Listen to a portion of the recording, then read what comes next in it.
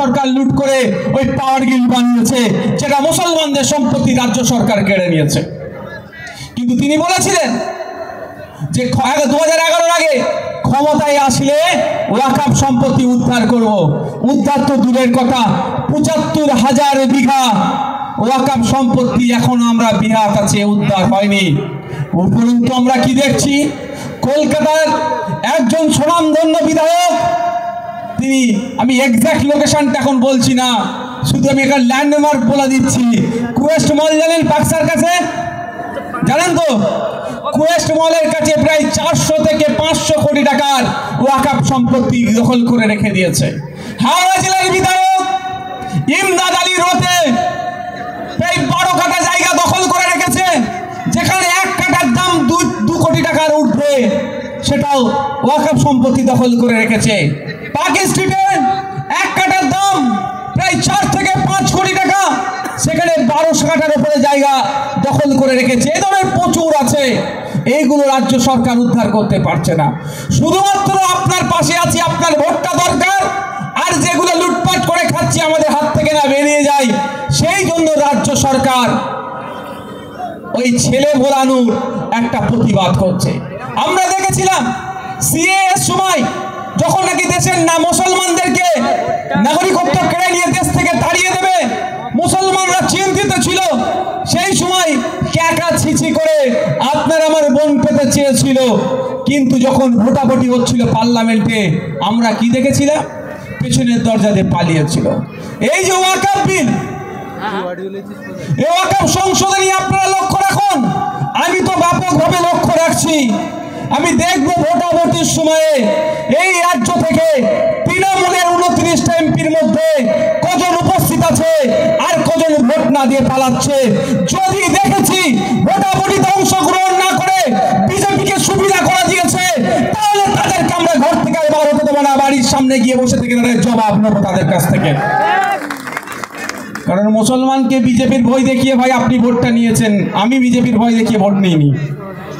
আমি আপনাদের বলেছি, আপনি যদি আমাকে ভোটে জেতান, আপনার অধিকারের কথাটা আমি ওখানে তুলবো আইনসভার মধ্যে, যেখানে আইন তৈরি হয়। আপনি আমাকে জিতিয়েছেন, আইনসভার মধ্যে গিয়ে চিৎকার করছি, আগে করেছি, এখনো করছি, আগামীতেও করব। এখানের জনগণ যে আছে তার অনুপাতে শিক্ষা প্রতিষ্ঠান নাই। ভাঙড়ের মেয়েদের জন্য একটা মহিলা ডিগ্রি কলেজের আওয়াজ আমি তুলেছি। আমার দায়িত্ব এখানকার মানুষের চাওয়া পাওয়াটা ওখানে পৌঁছে দেওয়া। যিনি শাসক গোষ্ঠীতে যারা আছে তাদের কাজ হচ্ছে এটাকে বাস্তবায়ন করা। আমি আওয়াজ তুলেছি সোনপুরের এই কাঠের ব্রিজের জন্য, আমি আওয়াজ তুলেছি বড়ালির কাঠের ব্রিজের জন্য, ওটাকে আপনার কংক্রিটের ব্রিজ করতে হবে। আমি আওয়াজ তুলেছি আপনার চণ্ডীপুরের ওই ব্রিজের জন্য, যেটা কাঠের ব্রিজ আছে। আমি আমাদের এই ভাঙড় বিধানসভার যে সমস্ত কাঠের ব্রিজগুলো আছে, যে সমস্ত কংক্রিটের ব্রিজগুলো দুর্বল হয়ে যাচ্ছে, ওগুলোকে সংস্কারের আওয়াজ তুলেছি। আপনাদের সমস্যাটা আমি ওখানে তুলে ধরেছি। আমি তারা কৃষি প্রধান এলাকার মানুষ, আপনারা বলেন উৎপাদিত ফসলের দাম আপনারা পাচ্ছেন না। আপনার উৎপাদিত ফসলের দাম 2-3টে কারণের মধ্যে একটা কারণ হচ্ছে দালাল ভুইফোর, আর একটা হচ্ছে স্টোরেজের জায়গা নাই, সংরক্ষণ করে রাখতে পারছেন না। আমরা জানি পাওয়ার গ্রিডকে কেন্দ্র করে ওখানকার মানুষদের জোর সাথে সরকারের একটা বচসা হয়। সরকার বাধ্য হয়ে তাদের সাথে আলোচনায় বসে বেশ কিছু শর্ত ছিল। শর্তের মধ্যে একটা শর্ত ছিল, যখন একটা কোল্ড স্টোরেজ হবে। দুর্ভাগ্যের বিষয়, আমি 2021 বিধানসভায় গিয়ে তখন আওয়াজ তুলেছিলাম, মাঝে মধ্যেই আওয়াজ তুলি, শুধু করছে। আমি অনুরোধ করবো এটুকুই, ওই কোল্ড স্টোরেজ হওয়ার পিছনে যাদের ভূমিকা আছেন, করার পিছনে যারা তদারকি করছেন, তাদেরকে বলবো এবং সরকারকে বলবো অবিলম্বে ওখানে কোল্ড স্টোরটা তৈরি করা হোক। ফলে এখানকার মানুষরা প্রয়োজনে তাদের সবজিকে, প্রয়োজনে তাদের উৎপাদিত ফসলকে তারা সংরক্ষণ করবে এবং যখন দাম পাবে সেটা মার্কেটে বিক্রি করবে। আজকে মাঠের ফসল মাটি নষ্ট হচ্ছে।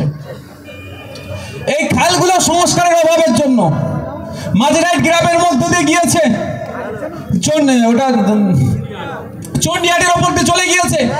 সংস্কারের অভাবের জন্য ওখানকার যথা সময় তারা চাষ করতে পারে না, অল্প বৃষ্টিতে মাঠে জল পানি জমে যায়, ফসল নষ্ট হচ্ছে। যখন ফসল তুলে বাজারে বিক্রি করার সময় তখন মাঠে পানি জমে থাকে, ওই খাল সংস্কার সহ যে কটা খাল আছে সংস্কারের কথা বলেছি, প্রচুর কথা বলেছি। দুর্ভাগ্যের বিষয়, আমাকে এখন বলতে হতো না যদি বিধানসভা টিভিটা থাকতো। তাই আমি আপনাদের আবারও বলছি, আপনারা জনগণ, আপনাদেরকে চিৎকার করতে হবে যে আমাদের ভোটে নির্বাচিত জনপ্রতিনিধি বিধানসভার মধ্যে গিয়ে চুপচাপ বসে আছে না আমাদের হয়ে গলা ফাটাচ্ছে, আমাদের অভাব অভিযোগের কথা সেখানে তুলে ধরছে। আমরাও সেখানে দেখতে চাই, আমাদের দেখার ব্যবস্থা করতে হবে। যদি পার্লামেন্ট টিভি থাকতে পারে, লোকসভা টিভি থাকতে পারে, রাজ্যসভা টিভি থাকতে পারে, বিভিন্ন বিধানসভা যদি টিভি থাকতে পারে, লাইভ দেখার জন্য পশ্চিমবাংলার বিধানসভার টিভি কেন পুনরায় চালু হবে না? এটা দাবি করবেন তো আপনারা?